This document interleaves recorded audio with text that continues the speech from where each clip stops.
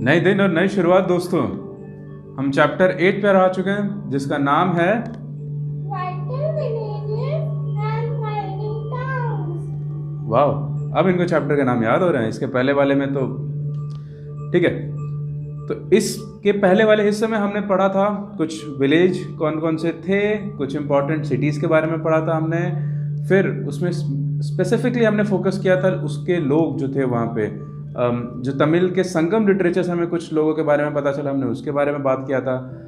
तो जैसे हमने सबसे पहले इंट्रोडक्शन वीडियो में बताया था कि ये हिस्ट्री में हम सिर्फ राजा और रजवाड़ों के बारे में नहीं पढ़ते हैं, हम नॉर्मल लोगों के बारे में पढ़ते हैं, एक स्ट्रक्चर के बारे में पढ़ते हैं, कॉमन मैन के बारे में भी पढ़ते हैं। वो रीडिंग अबाउट एवरीथिंग, हर चीज़ के को समझना, इतिहास के को पन्नों को समझ के उसको व्याख्या करना, ये हिस्टोरियंस करते हैं और वो पूरी चीज़ इंक्लूड करती है हिस्ट्री। तो इससे हम अब आगे थोड़ा बढ़ेंगे। हम इसमें बात करेंगे कुछ इम्पॉर्टेंट सिटीज़ के बारे में, जैसे मथुरा जैसे शहरों के बारे में हम बात करेंगे। फिर हम इसमें बात करेंगे सिक्कों के बारे में। अरिकमेदु करके एक जगह है जिसमें रोमन ट्रेसेस मिले हैं, मेडिटेरेनियन ट्रेसेस मिले हैं। क्या है मेडिटेरियन, क्या है अरिकमेदु, सब आएंगे इसके ऊपर। तो चलिए इस जर्नी की शुरुआत करते हैं एक सवाल के साथ। शेरू, आपको क्या लगता है कि जो उस टाइम पे लोग होंगे, क्या खरीदने के लिए जैसे हम लोग मोबाइल से पैसे देते हैं या हमारे पास करेंसी होती है, तो उस वक्त के लोग क्या यूज़ करते होंगे कोई नई चीज़ खरीदने के लिए? Grains.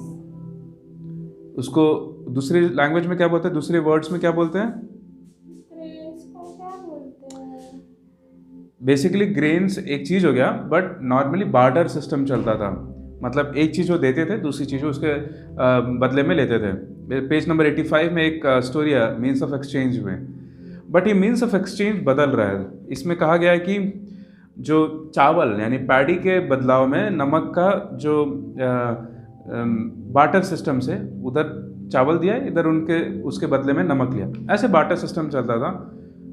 तो इसके बदलाव धीरे धीरे इसमें बदलाव आना शुरू हो गया। अब लोग कॉइन्स का यूज़ होना शुरू हो गया। कॉइन्स के हिसाब से लोग कौन अमीर है कौन गरीब है वो डिपेंड करता है किसके पास कितना ज़्यादा कॉइन्स है। कॉइन्स क्या होते थे, किस तरीके के कॉइन्स आते थे। कुछ होते पंच मार्क कॉइन्स, मतलब एक शीट ले लीजिए एल्यूमिनियम का, आयरन का और कॉपर का, डिपेंडिंग कितना वैल्यूएबल कॉइन है वो उस हिसाब से कॉइन की वैल्यू हो जाती थी। सोने का चांदी का भी कॉइन होते थे। तो उसकी एक मेटल की एक शीट बना लीजिए और उस पर एक स्टैम्प मारिए, पंच करिए, या उसके ऊपर जो जो कॉइन्स होते हैं, कॉइन्स के ऊपर स्टैम्प, या फिर उसको ऐसे जगह पे उसको मतलब जो पिघला दीजिए उस मेटल को, और फिर उसका एक शेप जिसमें होता है उसमें डाल के वो जब निकालेंगे तो मेटल जब हार्ड होगा तो शेप में आ जाएगा। तो दो तरीके से होता है, ठीक है। जो पहला तरीका क्या था, जो सफ़ेद मतलब सीधी सपाट मेटल शीट है उसके ऊपर मार दिया ऊपर से जिससे निशान बन गया। दूसरा होता था ऑलरेडी एक निशान बना हुआ है, उसमें लिक्विड मेटल को हमने डाला और उसका शेप ले लिया। दो तरीके से यहाँ पे कॉइन्स बन रहे थे। नॉर्मली किस शेप के कॉइन्स होते थे, उतने परफेक्ट सर्कुलर शेप के कॉइन्स नहीं होते थे, बट सर्कुलर, कुछ रेक्टेंगुलर, स्क्वायर शेप में भी कॉइन्स थे कई सारे। तो आपके पेज नंबर 84 में दो कॉइन्स दिखाए हुए हैं, और ये अर्ली जो हमारे ईयर्स थे, करीब करीब ये 2000 साल पहले से शुरू हो गए थे। इसका यूज़ फ्रिक्वेंट यूज़ होना शुरू हो गया था। हालांकि हमें हड़प्पा सिविलाइजेशन में भी कॉइन्स मिली हैं, कॉइन्स उससे भी पहले मिली हैं, बट उसका हम उतना एफिशिएंटली हम ये नहीं समझ सकते कि वो forms of means of exchange थे, बट अब वो मीन्स ऑफ एक्सचेंज है, यानी एज अ करेंसी की तरफ से। तो किसी चीज़ के बदले किसी चीज़ नहीं, कोई चीज़ नहीं दी जाती थी, सिक्कों के बदले कोई चीज़ ली जा सकती थी। तो फिर उसके बाद से इसमें जो जिक्र है पेज नंबर 85 में, अदर मीन्स ऑफ एक्सचेंज, वहाँ पे लिखा गया as they carry the white paddy of the land to exchange it for salt of another, crossing the long roads in carts through sands white as moonlight, taking whole families who left to be behind, the departure of the salt merchants leave the city empty.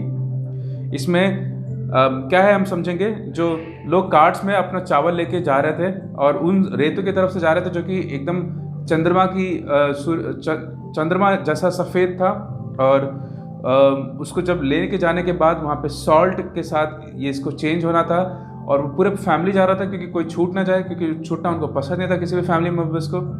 तो ऐसे poem से हमें ये सारी चीज़ें पता चली कि किस फॉर्म्स ऑफ एक्सचेंज होते थे, कौन सी चीज़ें से यूज़ होके लोग जाते थे एक जगह से दूसरी जगह पे। तो ये सारी इन्फॉर्मेशन हम वहाँ से मिले। तो एक बात बताओ, ये लोग किस में चल रहे हैं शेरू, ये कैसे ट्रैवल कर रहे हैं? ये लोग शायद बुलक कार्ट में ट्रैवल कर रहे होंगे। हाँ करेक्ट, बुलक कार्ट में ट्रैवल कर रहे हैं और इस तरीके से इनका मीन्स ऑफ एक्सचेंज हो रहा है। और सॉल्ट कहाँ पे मिलता है? समुद्र के किनारे। हाँ करेक्ट, समुद्र के किनारे। अब वैसे जैसे ये ट्रेडिंग पॉइंट्स थे समुद्र के किनारे, और जो समुद्र के किनारे नहीं होते थे सिटीज, उनको सॉल्ट कहाँ से मिलता था? उनको शायद दुकान वाले लाके देते होंगे। हाँ, दुकान वाले कहाँ से लाते होंगे? समुद्र के किनारे से। हाँ, बट सॉल्ट से एक और चीज़ याद रखिए, हमारे जो कल्चर में पुराने ओल्डन टाइम्स पे दो तरीके के सॉल्ट यूज़ होते थे। एक होते स्टोन सॉल्ट, पता लगेगा ये क्या है, स्टोन सॉल्ट और सी सॉल्ट। अभी भी मिलता है सर, हमारे घर पे भी है। हाँ, स्टोन सॉल्ट का यूज़ भी होता है। फिर अब बात करते हैं मथुरा के बारे में। उस पर काफ़ी बड़े बड़े शहर भी निकल रहे थे। शहर क्यों बन रहे थे, उनका बहुत स्ट्रैटेजिक पॉइंट ऑफ व्यू था। जो हमने अभी तक जो बात की वो गाँव के बारे में बात की, अब शहरों के बारे में थोड़ा बात करते हैं। तो मथुरा उनमें से एक शहर था। मथुरा इसलिए फेमस था क्योंकि जो नॉर्थ वेस्ट यानी जो पाकिस्तान अफ़गानिस्तान के साइड से जो लोग थे वो नॉर्थ वेस्ट हो गया, वहाँ से जो लोग ईस्टर्न साइड जाना चाहते थे तो बीच में मथुरा पड़ता था। फिर जो नॉर्थ के लोग साउथ आना चाहते थे तो बीच में मथुरा पड़ता था। इसलिए नॉर्मली वो ट्रैवलर्स वहाँ पे बहुत ज़्यादा मिलते थे। वहाँ पे ट्रैवलिंग का एक तरीके से इंटरसेक्शन पॉइंट बन गया। इसके लिए वहाँ पे एक तरीके से शहर बन गया। काफ़ी फोर्टिफाइड शहर था मथुरा। और उधर उसके आसपास के जो जगहों पे लोग फार्मिंग और हर्डिंग करते यानी खेती करना और पशुपालन करना, इनके भी सारे थे। तो इसके वजह से जो रिक्वायरमेंट थी शहर की वो पूरी हो जाती थी। खाने के मामले में और जानवर के जो ज़रूरतें होती थी वो सारी पूरी हो जाती थी। फिर शहर के अंदर कई सारे स्कल्पचर्स थे, कई सारे आर्ट्स के लोग थे। मथुरा में बहुत सारे मंदिर हैं, उसमें बुद्धिस्ट मंदिर मतलब बुद्धिस्ट के मोनास्ट्रीज थे, जैन के मंदिर थे, और वो कृष्ण के मूर्तियों के लिए, मंदिरों के लिए बहुत ज़्यादा माना जाता है मथुरा। सर मथुरा के पेड़े भी फेमस है। और होली, मथुरा के पेड़, मथुरा की होली, तो लठमार होली जिसको बोलते हैं। सो मथुरा कई सारे कल्चरल रीजन की वजह से काफ़ी वहाँ पे पॉपुलर हो गया था ऐसे सिटीज़। अब वो सिटीज़ में फोर्टिफाइड सिटीज़ थी।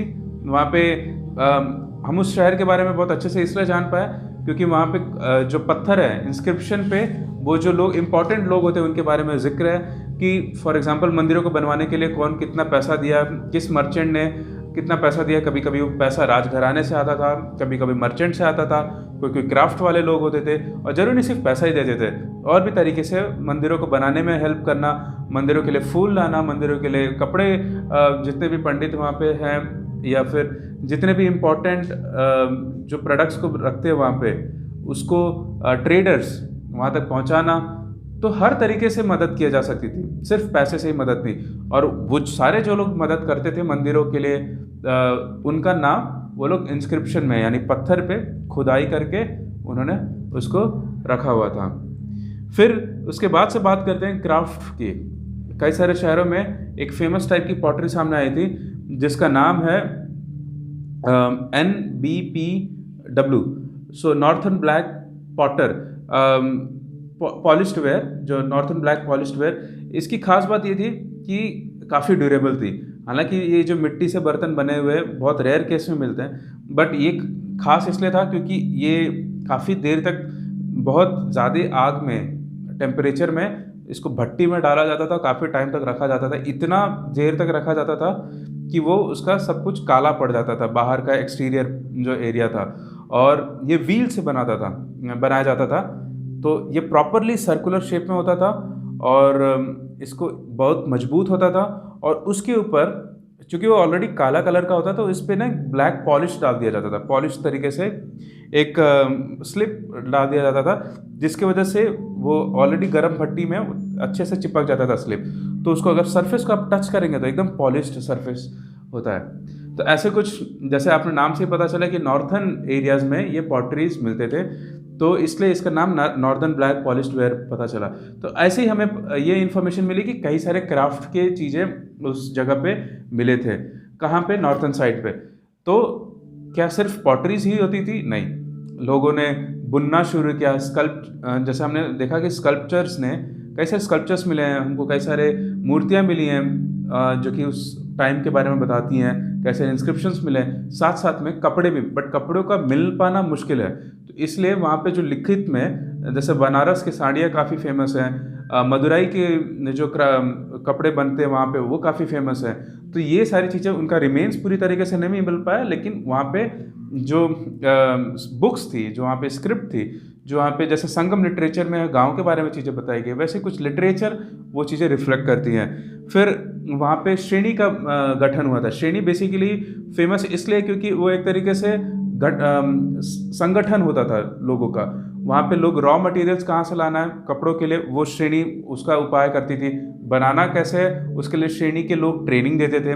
सो श्रेणी एक तरीके से एक संगठन हो गया था, एक तरीके से इनफॉर्मल कंपनी जैसा बन गया था, जहाँ पे एक आदमी को ज़रूरत जिस भी चीज़ की हो, चाहे उसको रॉ मटेरियल्स की ज़रूरत हो, चाहे उसको सीखने की ज़रूरत हो, चाहे फिर उसको बेचने की ज़रूरत हो, चाहे फिर उसको पैसे की ज़रूरत हो रॉ मटेरियल को खरीदने के लिए, तो एज अ बैंक भी यूज़ होता था।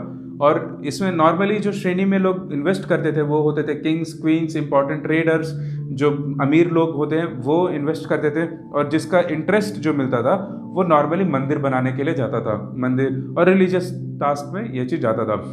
तो इससे क्या होता था कि लोगों का भरण पालन पोषण भी होता था, साथ साथ में रिलीजियस चीज़ें भी फैला हो रही थी।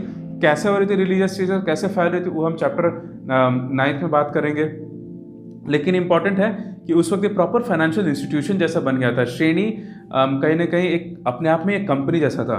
ऐसे ही हमने अर्थशास्त्र में, अर्थशास्त्र जो हमने चाणक्य जी ने लिखा था, वो जो कि हम चैप्टर 7 में पढ़े थे, अर्थशास्त्र में एक ऐसी कहानी की बताया गया हुआ कि कौन ये बुनाई और ये सब जो काम है ये कौन करेगा। तो उसमें कहा गया विधवा औरतें, जो औरतें जिनके पास कुछ उनके शारीरिक कमजोरियां हैं, या फिर कुछ मतलब जैसे कि कोई देख नहीं सकता है, कोई सुन नहीं सकता है, कोई बोल नहीं सकता है, कुछ उस तरीके के हैंडीकैप्ड कुछ चीज़ें हैं उनके अंदर, या फिर जो राजघराने से औरतें जो काम करती हैं वो रिटायर हो चुकी हैं, या उनके फैमिली वाले, तो कुछ ऐसे इंपॉर्टेंट औरतें जो कि गृहस्थ नहीं थी वो इसमें शामिल हो सकती। कि नॉर्मली उसमें यहाँ पे ये था, गृहस्थ उनको कहते थे जो घर में औरतें काम करती थी किसी की वाइफ बन के। तो उनके लिए प्राइमरी ये होता था कि वो सबसे पहले घर के काम करें, फिर उसके बाद से कुछ और।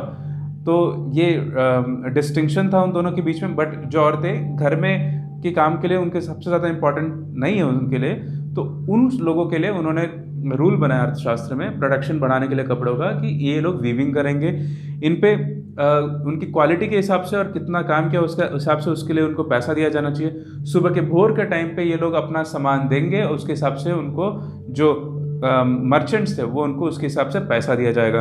अगर इन्होंने अपना काम कंप्लीट कर लिया तो भोर के टाइम पे जाएंगे वहाँ पे, फिर मर्चेंट्स उनको उसके हिसाब से पैसा देंगे। अगर मर्चेंट्स ने व्यापार के अलावा कुछ और तरीके की बात करी तो फिर मर्चेंट्स को उसकी गलती होगी, उसको सज़ा मिलेगी। तो यानी इस तरीके से औरतों का इज्जत और औरतों की बचा के रखना होता है उनको, वो उस टाइम पे उस वक्त का स्ट्रक्चर बचा के रखता था। फिर ऑन द अदर हैंड जब औरतें काम कंप्लीट नहीं कर पाई हैं तो उनको भी सज़ा मिलती थी, उसका भी इसमें बताया गया। कई बार अंगूठा काट देना, कुछ ऐसे बहुत भारी सज़ा भी मिलती थी उस टाइम पे। फिर पौंडीचेरी में एक अरिकमेदु करके एक जगह है जहाँ पे अगेन वो उस वक्त तक ऐसा माना था कि पोर्ट है काफ़ी इंपॉर्टेंट। जो कोस्टल सेटलमेंट्स, जो कोस्टल सेटलमेंट किसको बोलते हैं पहले इस पर थोड़ा सा फोकस करते हैं। मतलब जो समुद्र के किनारे कुछ लोग जो बस जाते हैं कई वजहों से। पहले तो नमक, समुद्र के किनारे के जो पानी सूखने के बाद नमक मिलता है, फिर उसके बाद से समुद्र से कई जगहों पे जाना, फिर इस बहुत सारे वजहों के वजह से। शुरू आप समुद्र के पास कभी गए हो? कब? अभी लेके गए थे। हाँ, अलीबाग। तो आप ये बताओ, आप समुद्र के पास क्यों रहना चाहते हो? क्योंकि अच्छा लगता है। हाँ, लेकिन कई बार सिर्फ अच्छा लगने के लिए नहीं, कई बार लोगों की ज़रूरतें भी होती हैं समुद्र से, तो फिर उसकी वजह से भी लोग रहते थे। तो समुद्र के पास जो सेटलमेंट मिली है इसमें सिर्फ हमें, आपको ये लगा होगा कि सिर्फ इंडियन चीज़ें मिल गई होंगी, बट इंटरेस्टिंगली यहाँ पे इतना दूर कि मेडिटेरेनियन रीजन्स जो कि काफ़ी दूर है ज्योग्राफी में, हम इस पे एक वर्ल्ड ग्लोब के लिए अलग से एक वीडियो बनाएंगे बहुत जल्दी, तो उसमें हम आपको सारी चीज़ें बताएंगे, जिसमें सिल्क रूट भी बताएंगे। ये मोर और लेस जो हम वो वीडियो होगा वो हिस्टोरिकल पर्सपेक्टिव से वर्ल्ड का ऊपर होगा। तो सिल्क रूट जैसा रोड का रूट था वैसा ही समुद्र का भी एक रूट था। तो उसमें मेडिटेरियन रीजन, फिर उसके बाद से इटली तक का जो रास्ता तय हुआ था उसमें, तो इटली के कुछ पॉटरीज मिले हैं, जैसे वहाँ पे एम्फोरे जो था वो मेडिटेरियन पॉटरी था।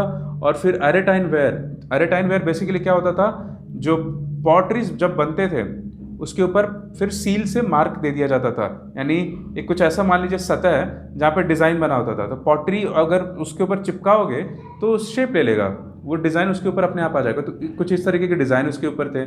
फिर एम्फोरे में बड़ा बड़ा पॉटरी होता था जिसमें उसकी नेक, जो पॉट नेक होती थी वो काफ़ी बड़ी होती थी, सुराही भी जिसको बोलते हैं अपने हमारे हिंदी लैंग्वेज में।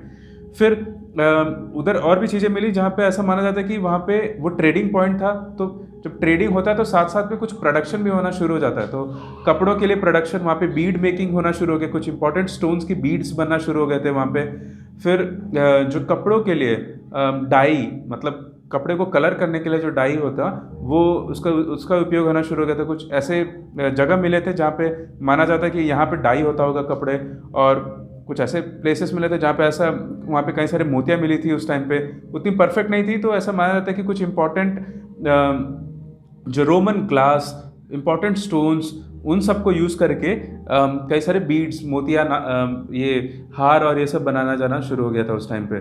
फिर इन सबको रखने के लिए एक स्टोरेज पॉइंट चाहिए, तो एक वहाँ पे एक ऐसा ब्रिक का स्ट्रक्चर मिला था जहाँ पे ऐसा माना जाता है कि उस टाइम पे वो स्टोरिंग पॉइंट था। तो कुछ ऐसे इंपॉर्टेंट शहर फ्लरिश हुए थे उस टाइम पे।